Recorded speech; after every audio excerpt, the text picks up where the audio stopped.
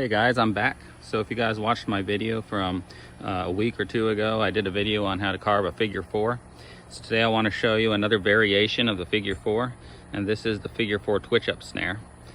Basically, it's the reverse of what we were doing in the other video where you have a weight coming down. This one's going to be a sapling that's twitching up and pulling a snare tight. This one's a trap that I've actually used in Africa to catch guinea fowl to help me survive out there. It's a good bird trap.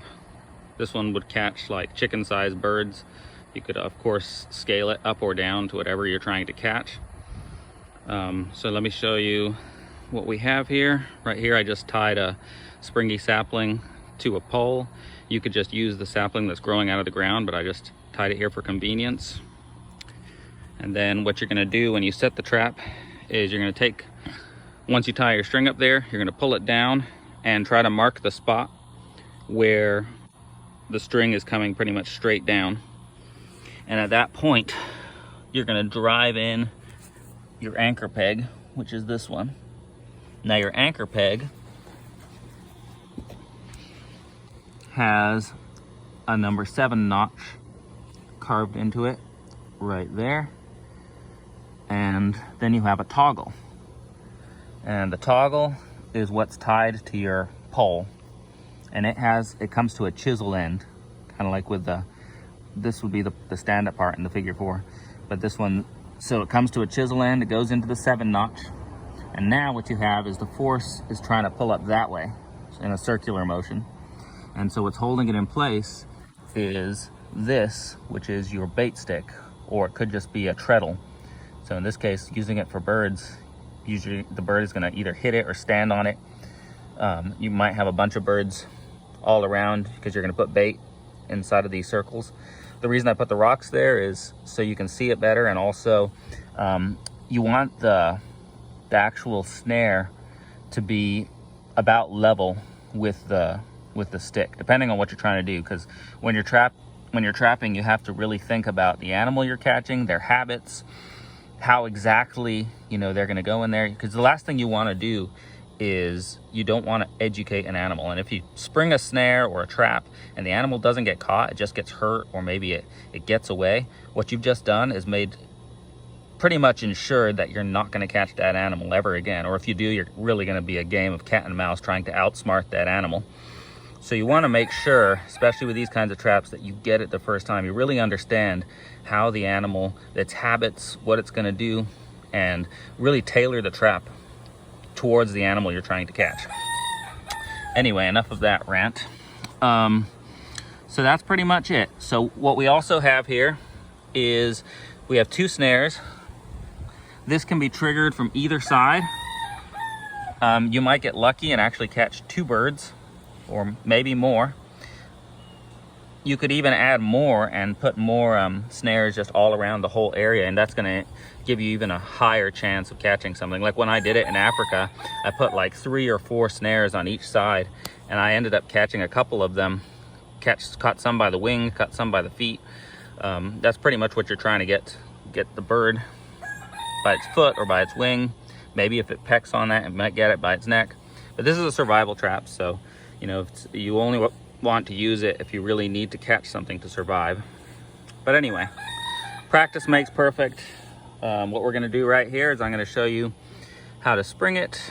I mean, this is what would happen if an animal was to come and just barely touch it. Pretty easy. So this would probably be the bird's leg or something. This is my baton stick. It's a little bit heavy, so it would easily lift like a chicken-sized bird off the ground. All right, I'm going to set this down here for a second and actually show you how I set it. Let me see.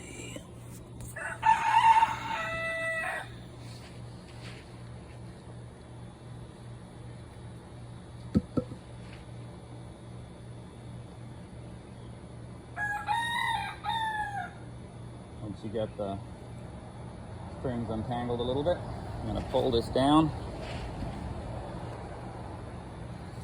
All right, and that's going to go into that 7 notch, just like that. Now what we have, like I said, the force is coming up that way. You can adjust the sensitivity by moving that knot either up, that would make it more sensitive, or down to make it more resistant. Now, gotta find there it is, the bait stick. All right, so you can see how that has 2 7 notches carved into it. One goes right there and hooks. It locks it in place. Let me see, my hand might be in the way. All right, can you see that? Hopefully. All right, and then it's got another 7 notch here where this little plow point, chisel point, grabs it. And that's it, super simple to set. Takes a little practice carving it perfectly, but once you get it, I mean, this is one of my go-tos for trap triggers. And then you go ahead and set your little snares however you want. This can be adjusted to catch other types of like small mammals and stuff. What you do, you wouldn't use it this way. You'd have to make a little bit of fencing over here and some fencing over here, and you could put an entrance here and put your snare vertically up and down. So it has to go into there, and you put your bait right there on that stick. When it would hit that stick, it'll catch it around the neck. But the way it's set up right now is for birds mainly. You might catch something by its leg, but again, it's mainly for birds. So that's it. And I'll show you how it can be sprung from either side. Last time I sprung it from that side, so I'll go ahead and spring it from this side. And that's it.